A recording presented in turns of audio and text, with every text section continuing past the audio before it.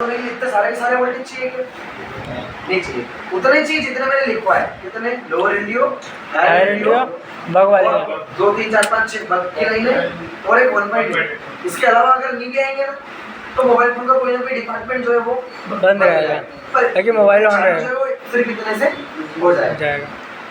हाँ, तो mobile phone की ये जो पावर आईसी है, ये मोबाइल फोन का है सीपीयू। अब हम मालूम करना चाह रहे हैं मोबाइल फोन के अंदर बीमारी जो है कहाँ फंसी हुई है ना। तो मोबाइल को क्लॉक लेवल क्या होता है, क्लॉक लेवल पे चेक कैसे होता है? तो क्लॉक मतलब एक फ्रीक्वेंसी। हमारे मोबाइल फोन की पावर आईसी फ्रीक्वेंसी निकाल के सीपीयू को जब देती है तो जाके सीपीयू स्टार्ट होता है। मतलब सीपीयू को काम करने के लिए पावर तो चाहिए पर साथ में फ्रीक्वेंसी भी चाहिए। उस फ्रीक्वेंसी को हम लोग क्या बोलते हैं? क्लॉक, है ना। जो इस डीओसी से चेक होता है, ये कैसे चलता है और कैसे चेक होता है, क्लॉक का सिग्नल बताना चालू करें तो होता क्या है, पावर आईसी से पावर तो निकल गया और पावर के बाद में मतलब 1.3, 2.0, बक लाइन और 1.8 के बाद में पावर आईसी क्लॉक की फ्रीक्वेंसी बना के सीपीयू को देती है। तो यहाँ से आपका एक फ्रीक्वेंसी निकलेगा और जाएगा कहाँ पे? सीपीयू के अंदर। ये जो फ्रीक्वेंसी होता है ये एक छोटा फ्रीक्वेंसी होता है। फ्रीक्वेंसी मतलब एक प्रकार का एसी सिग्नल है पर उसके अंदर एसी इलेक्ट्रिक करंट नहीं है, जैसे घर में करंट है इलेक्ट्रिक एसी सिग्नल है वो वाला नहीं है, केवल एसी का सिग्नल है, फ्रीक्वेंसी है खाली, है ना। तो ये फ्रीक्वेंसी पावर आईसी निकाल के हमारे मोबाइल के सीपीयू को देती है। ये फ्रीक्वेंसी जो होती है इसकी लाइन का नाम वीबी क्लॉक मिल सकता है। क्या मिल सकता है? बेसबैंड क्लॉक लिखा हुआ वहाँ पे। हाँ सर लिखा हुआ है। आई बात समझे?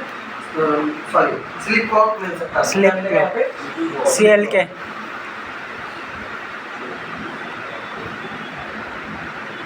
ये जो स्लिप क्लॉक है इसके ऊपर हम लोग को फ्रीक्वेंसी मिलेगी। कितनी मिलेगी वो देखिएगा, 32.768 किलोहर्ट्ज। जब कुछ मोबाइल फोन एक चीज और उसके अंदर लिख लेना, इसे ठीक है मैंने हाँ सर उसमें सुधार कर दिया मैंने। इसी में एक और चीज भी है, कुछ मोबाइल फोन से निकलती है 26 किलोहर्ट्ज। आई बात समझ में? मतलब सीपीयू से एक छोटी सी फ्रीक्वेंसी निकलेगी, छोटी भी बहुत बड़ी, कितनी है? 32,000 हर्ट्ज। भाई 32 किलो हर्ट्ज, इसका मतलब क्या हुआ? किलो मतलब कितना? 1000।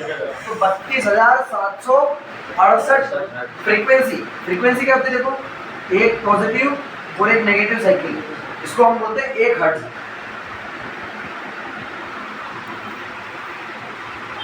अभी क्या हो रहा है, पावर आईसी से एक फ्रीक्वेंसी निकल रही है जो कितनी है? 32 किलो हर्ट्ज है।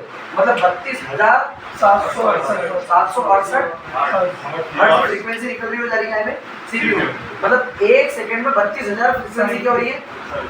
32,000 साइकिल निकल रही है, एक मिनट में नहीं, एक सेकंड में। तो 32,768 या 26,000 है ना हर्ट्ज फ्रीक्वेंसी जो है वो निकल रही है और कहाँ जा रही है? मोबाइल के सीपीयू। जब सीपीयू में ये फ्रीक्वेंसी चली जाती है तो सीपीयू देखता है कि भाई मैं चालू हूँ, मतलब सीपीयू सही है। अगर सीपीयू सही हो तो सीपीयू से एक सिग्नल निकलता है वापस से जो पावर आईसी में जाता है, वो इसको बोल देता है कि भाई बीबी इनेबल, BBEN क्या बोल देता है? BBEN मतलब बेस बैंड इनेबल कर दो। ये फ्रीक्वेंसी जो निकलती है इसको, इसका नाम क्या रहता है?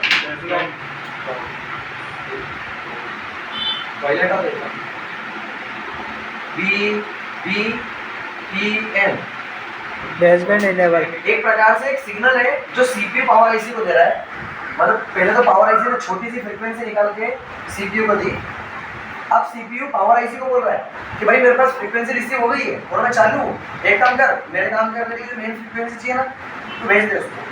तो यहाँ से फिर मेन फ्रीक्वेंसी निकलती है, जो मेन फ्रीक्वेंसी होती है ना, वो मेन फ्रीक्वेंसी होती है 1900 मेगाहर्ट्ज। 19 मेगाहर्ट्ज। कितनी? 19 मेगाहर्ट्ज। बात समझ रहे क्या?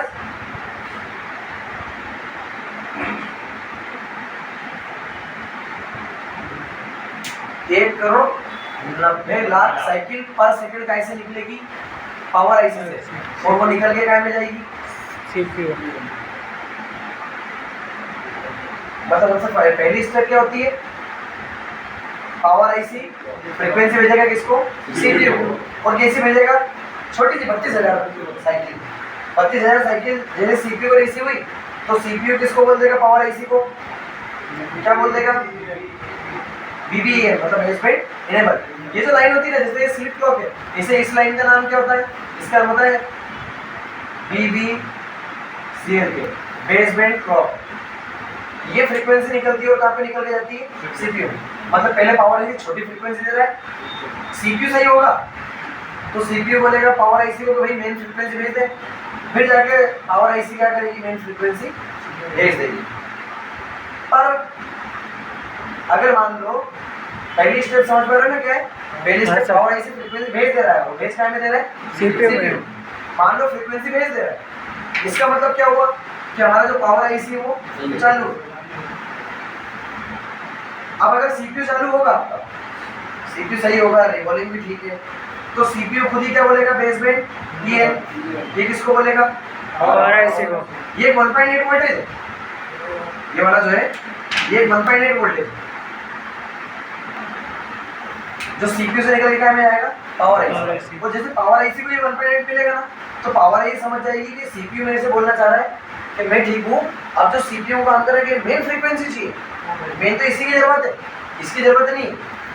पर पावर आईसी मेन फ्रीक्वेंसी पहले भेज देगा ना, और यहाँ कोई डिस्टर्ब होगा तो पावर आईसी फ्रीक्वेंसी भेजते भेजते जो है वो खराब जाएगा, इसलिए पावर आईसी कभी भी मेन फ्रीक्वेंसी नहीं भेजता सीपीयू, जब तक उसका सिग्नल नहीं मिलेगा। छोटी सी फ्रीक्वेंसी। ऐसे क्या कर रहा है, पावर के अंदर भी अपन ने देखा होगा, तो पावर के अंदर भी सीपीयू क्या कर रहा है, वोल्टेज भेज रहा है, पर कैसे भेज रहा है, फ्लक्चुएट। पर जब सीपीयू सही होता है तो सीपीयू क्या बोलता है उसको, पावर आईसी को, कि भाई तू एक काम कर, मेन वोल्टेज जो है वो भेजना स्टेबल करना चालू कर दे, वही जो वोल्टेज आ रहा है वो क्या हो जाए, स्टेबल। इसे इसमें भी क्या हो रहा है, इसमें अलग प्रकार से हो रहा है, इसमें छोटी फ्रीक्वेंसी आती है और सीपीयू सही हो तो पावर आईसी फिर क्या करती है, मेन फ्रीक्वेंसी भेजता है। आई के बात समझ में, ये इसका सिस्टम होता है। अब ये पावर आईसी फ्रीक्वेंसी पैदा कर रही है कि नहीं, भाई मान लो हमने यहाँ पर चेक करा मोबाइल फोन में, इसकी लाइन में कहीं भी यहाँ पर हमने चेक करा, तो मान लो 32 किलोवाट फ्रीक्वेंसी मिली नहीं मिल रही, इसका मतलब दिक्कत का पावर में, क्योंकि पावर आईसी फ्रीक्वेंसी बना ही नहीं रहा। अच्छा, हमने यहाँ पर चेक करा 32 किलोवाट फ्रीक्वेंसी मिल गई, इसका मतलब क्या हुआ, पावर सही है। अब हम चेक करने के लिए जाएंगे बेसबैंड क्लॉक, और यहाँ तो मिल गई फ्रीक्वेंसी, पर यहाँ चेक करने के नहीं मिल रही। बात समझे क्या, मतलब सीपीयू जो है वो सही नहीं है, इसलिए पावर आईसी ने नई वाली फ्रीक्वेंसी इसको नहीं भेजी। सही बात समझे, चाहे तो बीच में क्या कर सकते हैं 1.8 वोल्टेज, अगर यहाँ पे 1.8 वोल्टेज आ रहा है इसका मतलब है कि भाई सीपीयू सही है, इसलिए तो इसने 1.8 वोल्टेज इसको दिया, इसलिए पावर में जब ये 1.8 वोल्टेज पावर में आएगा ना तो जाके 1900 मेगाहर्ट्ज फ्रीक्वेंसी आएगी। मतलब जरूरी नहीं आप इसको चेक करो, आप किसको चेक कर लो, पहले नंबर पे ये, दूसरे पे चेक करो तो करो, नहीं तो क्या, पहले पे इसको चेक करो, दूसरे पे इसको, इसकी फ्रीक्वेंसी आ रही है पर इसकी नहीं जा रही, इसकी तो जा रही पावर आईसी से पर इसकी नहीं जा रही, सीपीयू में दिक्कत आई के बात समझ में, और इसकी भी नहीं जा रही तो पावर की। तो यही चीज हमने पावर लेवल पे मोबाइल को चेक करा ना, वही हम क्या कर सकते हैं क्लॉक लेवल पे, पर इसकी लाइन का नाम क्या रहेगा, तो पहली वाली जो कम फ्रीक्वेंसी रहती है उसका नाम रहता है स्लिप क्लॉक, और जो मेन फ्रीक्वेंसी रहती है उसका नाम रहता है बेसबैंड क्लॉक। तो दूसरा था, अगर 1.8 की लाइन में जा रहा है तो फिर भी ये वाला नहीं किया तो किसको दिक्कत है, 1.8 की लाइन नहीं जा रही जारी है, फिर भी ये नहीं दिक्कत जा रही। देखो ऐसा पॉसिबल तो नहीं होगा। हाँ, ये हो सकता है कि भाई इसकी लाइन में दिक्कत हो गई कहीं ना कहीं, जिससे करंट पैदा नहीं हो रही है, पावर पे हिस्सा कम खराब हो गया, हाँ ये भी हो सकता है, भी पॉसिबल। पर ऐसा है कि मेन फ्रीक्वेंसी नहीं निकलती अगर इसके पास फ्रीक्वेंसी नहीं निकलती। होता क्या है, पावर आईसी के पास में फ्रीक्वेंसी का स्टॉक है ऑलरेडी, पावर आईसी के पास फ्रीक्वेंसी का स्टॉक है, फ्रीक्वेंसी यहाँ से निकलती है। पहले मोबाइल फोन के अंदर एक लगा रहता है क्रिस्टल ऑक्सीलेटर, ये कैसा दिखता है मैं दिखाऊंगा अभी आपको। तो होता ऐसा है कुछ कि फ्रीक्वेंसी पावर आईसी के अंदर है, ये जो फ्रीक्वेंसी है ये पावर आईसी में है, पावर आईसी इस फ्रीक्वेंसी को एक ऑक्सीलेटर लगा रहता है स्टील का,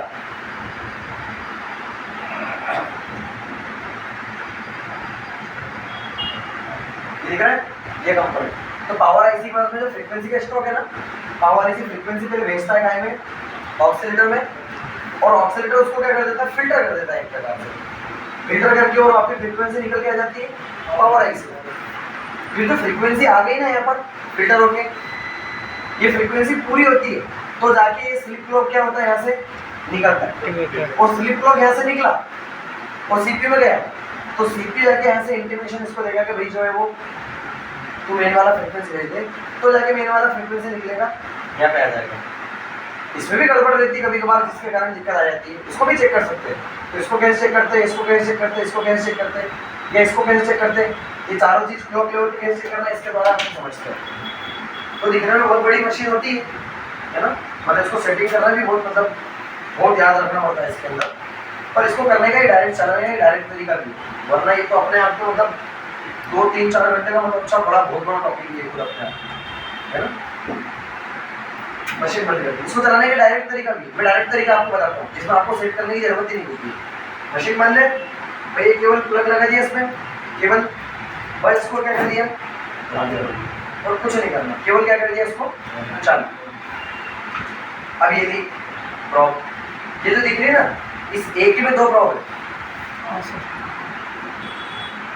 ग्राउंड ग्राउंड, और ये इसके द्वारा, इस पेन के द्वारा आप फ्रीक्वेंसी देख सकते। कैसे चेक करेंगे अपन, तो देखो जब अपन देखने जाएंगे ना तो हम पावर आईसी का स्कीमेटिक निकालेंगे।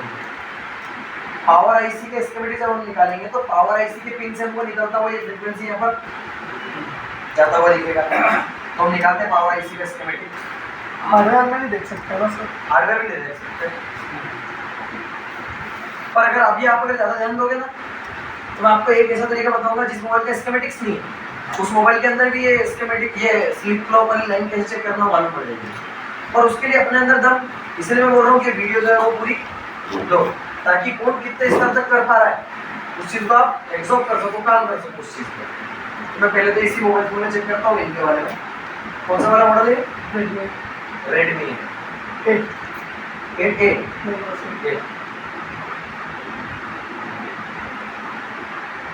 रेडमी है, ले आओ,